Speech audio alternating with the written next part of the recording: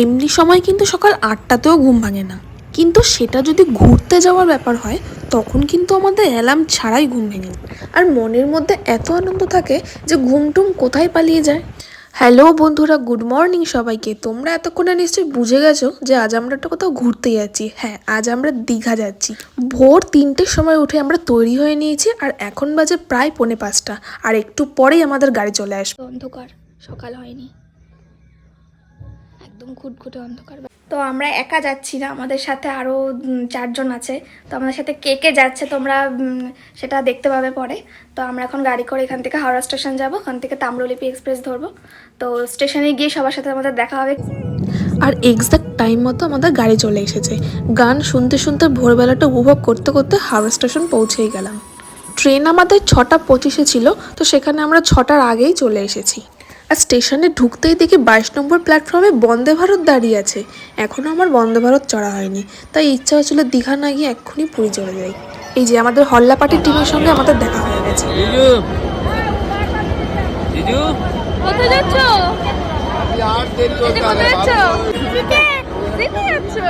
সবার সঙ্গে দেখা হতে না হতেই আমাদের ট্রেন চলে এসেছে, কিন্তু হাতে আমাদের অনেক সময় আছে বলে আমরা গরম গরম কফি আর বিস্কুটটা খেয়েই তারপরে ট্রেনে উঠবো ঠিক করেছি।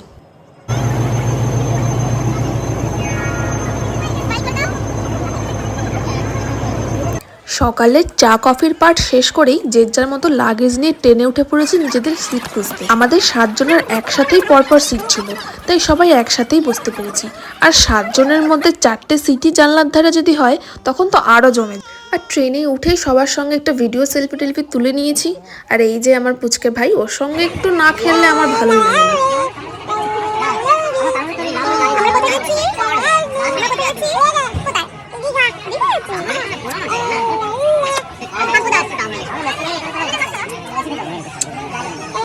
অবশেষে ট্রেন ছাড়লো আর এরপরেই শুরু হয়েছে আমাদের খাওয়া দাওয়া পর্ব। হাওড়া থেকে দীঘা পৌঁছানো পর্যন্ত ট্রেনে এমন কোনো খাবার বাদ যায়নি যেটা আমরা খাইনি। প্রথমেই শুরু হয়েছে কেক দিয়ে। কেকটা অবশ্য মা ব্যাগে করে দিয়ে দিয়েছিল আসার সময়। আর তারপরে গরম গরম ঘুগনি খেলাম। এদিকে আমার কর্তার আবার ঘুগনি খুবই পছন্দের খাবার, মুখটা দেখে বুঝতেই পারছো কতটা মজা করে খাচ্ছে। আর ঘুগনি শেষ হতেই আবার ডিম সিদ্ধ চলে এসেছে।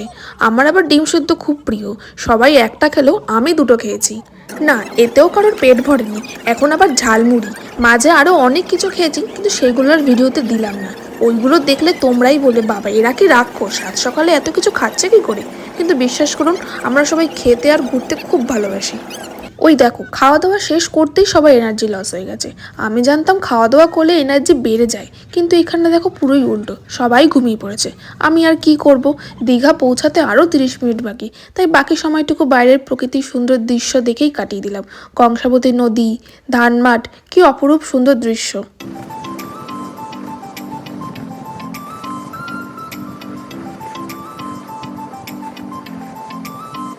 4 ঘন্টা ট্রেন জার্নি করে অবশেষে আমরা দীঘা পৌঁছালাম। দীঘা স্টেশনে পা রাখতেই মনের মধ্যে একটা আলাদাই ফিলিংস আসে। আমি অনেক জায়গায় ঘুরেছি, কিন্তু দীঘাতে আসলে মনের মধ্যে একটা আলাদাই রিফ্রেশমেন্ট কাজ করে। যখন কাজের খুব প্রেশার থাকে তখন একটু রিল্যাক্সিংয়ের জন্য দীঘা একদম পারফেক্ট জায়গা। খুব কম জার্নিতেই কিন্তু ঘুরে আসা। স্টেশন থেকে বেরিয়ে একটা টোটো নিয়ে আমরা হোটেলে চলে এসেছি। হোটেলের নাম রানীকুটি। এটা নিউ দীঘার সি বিচের একদম প্রথম হোটেল।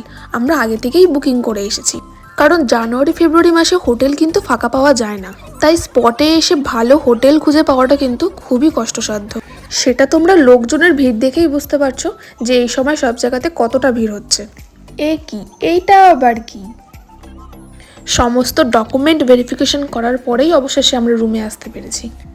আর রুমে ঢুকেই দেখি বারান্দা থেকে সমুদ্র দেখা যাচ্ছে। এর আগে আমি 4 বার দীঘাতে এসেছি, কিন্তু কখনো হোটেল থেকে সমুদ্র দেখা যায়নি। যাই বলে রুমটা আমার খুব পছন্দ হয়েছে। এই রুমগুলো পার নাইট 1500 করে নিয়েছে, আর আমরা 2 দিনের জন্য বুক করেছিলাম। এরপর রুমের সব কিছু চেক করে নিয়েই স্নান করে রেডি হয়ে সবার আগে সি বিচে গিয়ে আগে একটু জলে পা ভিজিয়ে নিতেই মনটা তারপরে শান্তি লাগছিল। এরপর কি করলাম আরে বলবো তোমাদেরই তো বলবো। এই ভিডিওটা অনেক বড় হয়ে গেছে, তাই বাকিটা পরের ভিডিওতে নিয়ে আসছি। তোমরা কিন্তু এই ভিডিওটা একটু লাইক করে দিও আর পেজটা কিন্তু ফলো করে রেখো, যাতে পরের ভিডিওটা সবার আগে দেখতে পাও। তাই এখনের মতো টাটা, দেখা হবে পরের ভিডিওতে।